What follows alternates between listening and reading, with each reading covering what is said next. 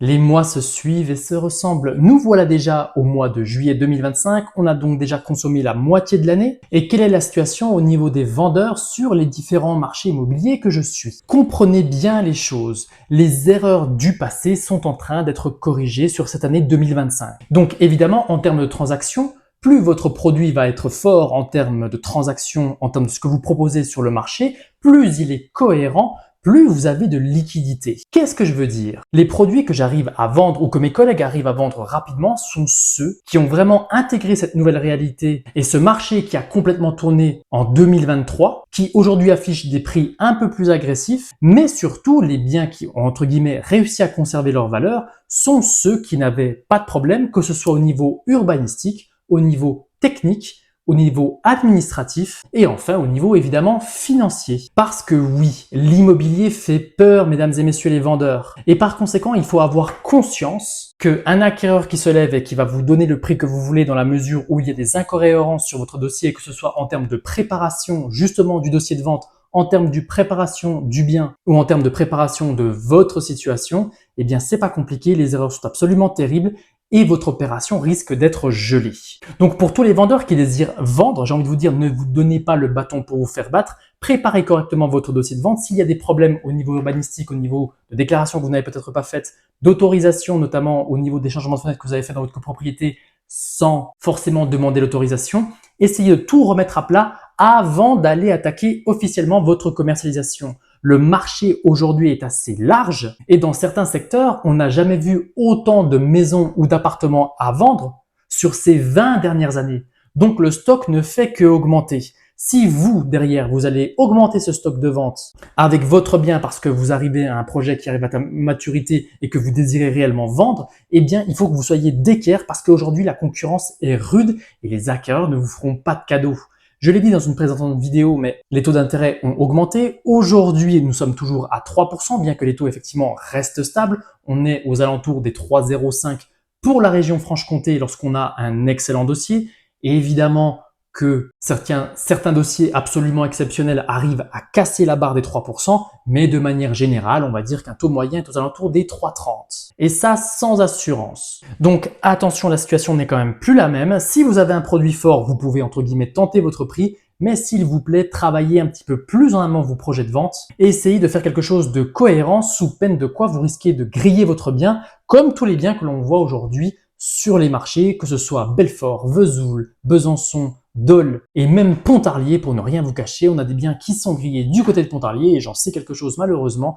Donc attention à ce que vous proposez aujourd'hui. Par ailleurs, attention aussi à ce que les agences peuvent vous promettre parce que oui, même s'il y a eu une énorme purge au niveau des agences, on a parfois aussi des agents un petit peu inexpérimentés sur certains secteurs qui vont aller juste vous dire ce que vous avez envie d'entendre pour avoir une chance de vendre. Je tiens à le dire, ce type de travail est absolument contre-productif, mais tout ça, au niveau des agences, j'en parlerai dans une autre vidéo, parce que oui, vous pouvez vous faire piéger un petit peu bêtement, et ma foi, c'est votre risque, pas forcément celle de l'agence, donc essayez d'y faire attention. C'est un métier où la vérité ne prime pas toujours, malheureusement. Par ailleurs, côté hacker, évidemment que vous aussi, vous êtes stacké énormément, surtout sur les résidences principales. Beaucoup de personnes et beaucoup d'entre vous me disent que les prix affichés sur vos différents secteurs sont encore beaucoup trop élevés.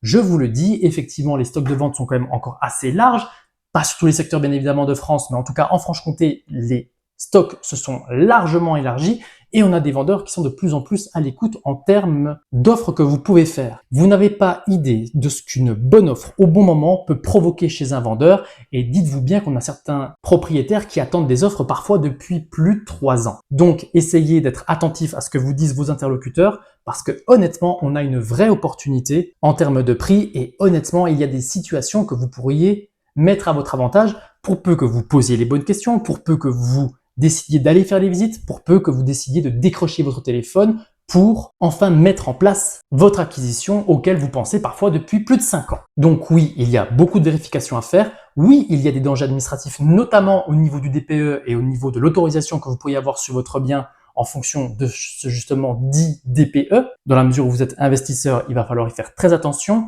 Mais pas de panique, je le tiens à le rappeler, je fais des accompagnements en ce moment, je vous ai mis un lien en description si vous avez des questions par rapport à votre projet d'investissement locatif. Donc, n'hésitez pas, le premier rendez-vous est parfaitement offert. Investisseurs, justement, parlons-y, on a un vrai regain du rendement en ce moment. Pour ne rien vous cacher, certaines personnes que j'accompagne, je leur fais également une chasse immobilière et vous n'avez pas idée des offres que j'ai faites et vous n'avez pas idée des accords ou des pré-accords que j'ai réussi à avoir avec des vendeurs parce que oui, il y en a beaucoup qui sont mûrs. Dites-vous bien qu'on a des prix des loyers qui se sont franchement envolés, même sur des secteurs qui n'étaient pas forcément tendus à une certaine époque. Donc on a des loyers qui ont franchement augmenté et on a des vendeurs qui désirent parfois se défaire de leurs biens depuis maintenant quelques temps. Donc un prix de vente qui baisse. Vous l'avez compris, c'est donc un rendement qui augmente. Alors évidemment, sont passées par là également les différentes taxes foncières. Je vous invite à faire extrêmement attention, notamment si vous êtes du côté de Belfort, de Vesoul, de Dole, où on a des taxes foncières qui sont anormalement élevées, qui représentent parfois jusqu'à 2 mois de loyer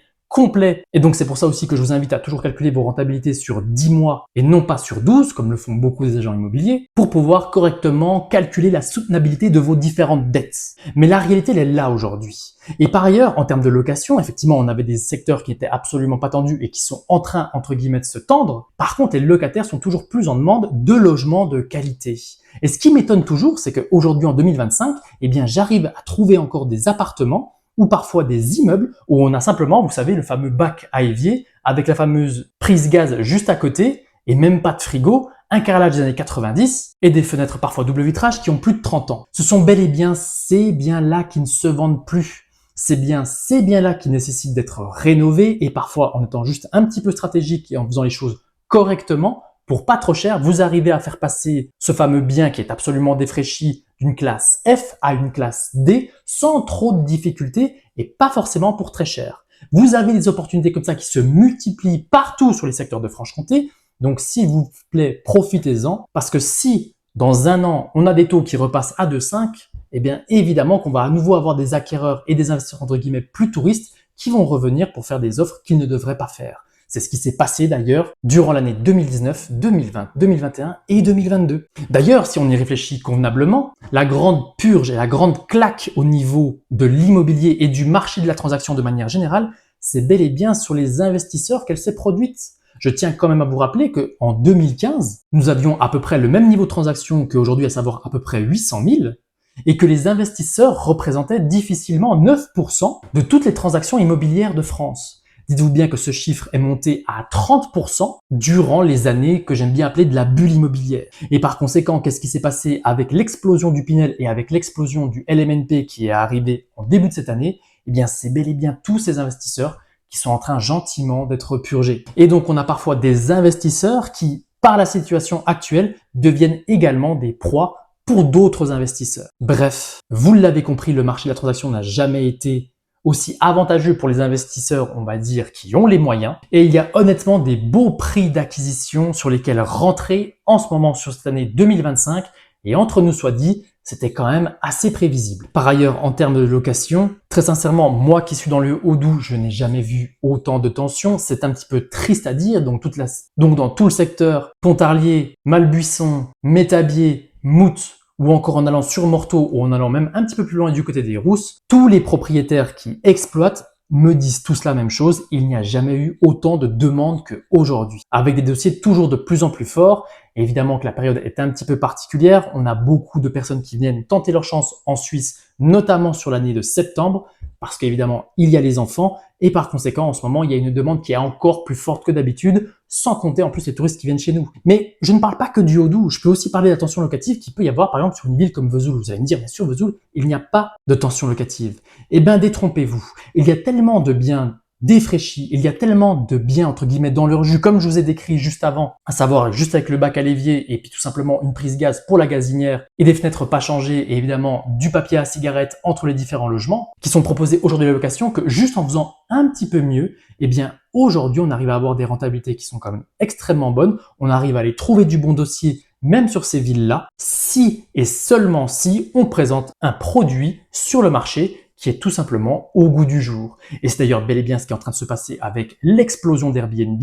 On a beaucoup de biens qui étaient sur Airbnb qui sont en train gentiment de se retrouver sur le marché de la location traditionnelle. C'est aussi ça qui se passe et c'est aussi un des bienfaits de Airbnb. Beaucoup de propriétaires se sont donc lancés dedans, ont pu entre guillemets profiter des années un petit peu folles. Aujourd'hui, la niche a un peu explosé et ils ont un petit peu marre de faire le ménage derrière leurs voyageurs et par conséquent, on a plein de beaux produits rénovés qui arrivent sur le marché dans les différentes villes moyennes de Franche-Comté. Essayons de nous inspirer de ce type de rénovation pour nos futurs locataires. Et c'est comme ça qu'en fait, on n'a pas de difficulté à louer, même dans des zones où une sinistralité locative est quand même assez présente, notamment du côté de Montbéliard, Belfort, Vesoul, Dole ou même Lons-le-Saunier, pour ne citer qu'elles. Voilà un petit peu ce qui se passe en ce moment. Donc oui, il y a des opportunités. Oui, il y a des difficultés à la vente, encore qu'un produit correctement réfléchi et correctement anticipé, il n'y a pas spécialement de problème. Encore une fois, je vous laisse me contacter si vous avez un projet d'investissement locatif ou si vous avez une difficulté sur la vente de votre bien et que vous êtes dans le Haut-Doubs, parce qu'évidemment j'y suis. Je vous laisse me contacter en cliquant sur le lien en description ou dans les commentaires. Je vous remercie de m'avoir suivi jusqu'ici, j'espère que cette vidéo vous a sincèrement plu sur ce point d'actualité de juillet 2025 et je vous dis à très vite pour de nouvelles vidéos. Ciao ciao ciao!